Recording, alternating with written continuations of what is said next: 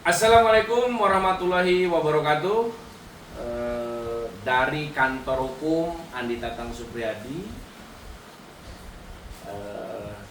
Sekarang Kota Depok sedang dihebohkan lagi. Lagi-lagi Depok, lagi-lagi Depok. Ya.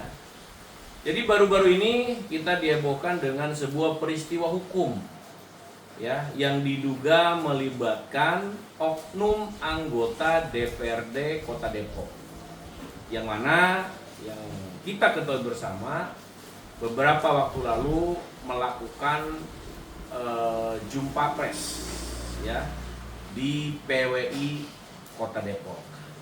Nah, dalam keterangannya, ya, si ibu korban ini menyampaikan bahwa peristiwa hukum yang sudah dilaporkan di Polres Depok itu diduga dilakukan rekayasa, ya, atau tanda kutip laporan palsu.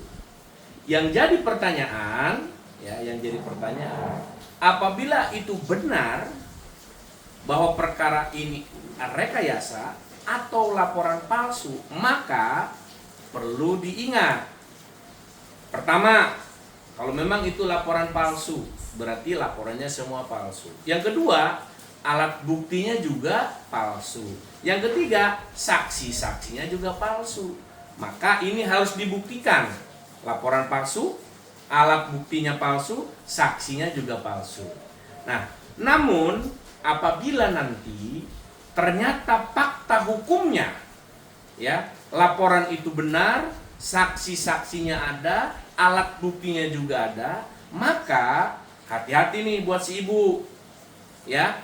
Ketika si ibu memberikan keterangan di depan awak media dan sudah ditonton, ya, ditonton jutaan warga masyarakat Indonesia yang mengatakan bahwa ini adalah dugaan palsu, maka hati-hati si ibu, bisa dilaporkan pidana. Kenapa? Karena dia telah memberitakan terkait masalah bohong dan kepalsuan.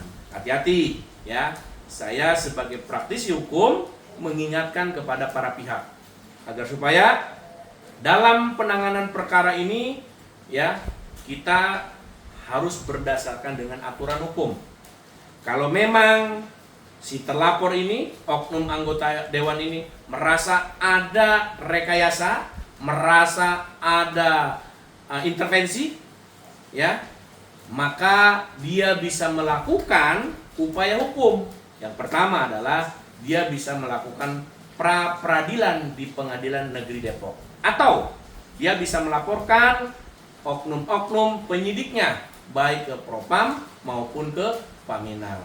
Namun apabila perkara ini faktanya yang terungkap nanti ternyata benar sesuai dengan pengaduan, sehingga kepolisian Polres Depok, ya, berdasarkan hasil daripada penyidikan sampai dengan penetapan tersangka, alat buktinya lengkap, saksi-saksinya lengkap, ya, maka proses hukum harus tetap dijalankan. Dan si ibu, jangan sampai, pesan saya, jangan sampai perkara yang seharusnya diselesaikan dengan hukum menjadi bias akibat daripada keterangan-keterangannya. Yang mana dalam keterangannya, baik pihak ibu korban maupun terlapor dan kuasa hukumnya menyampaikan bahwa antara pelapor dan terlapor sudah ada perdamaian, sudah ada kompensasi, sudah ada pencabutan perkara atau laporan.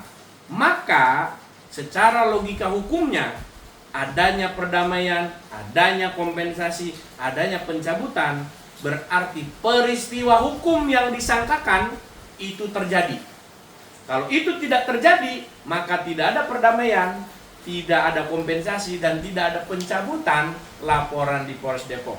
Untuk itu, kita tunggu bagaimana Polres Depok menyelesaikan kasus ini sampai dengan tuntas, Salah tetap salah, yang benar kita junjung kebenarannya. Assalamualaikum warahmatullahi wabarakatuh. Fiat Justitia.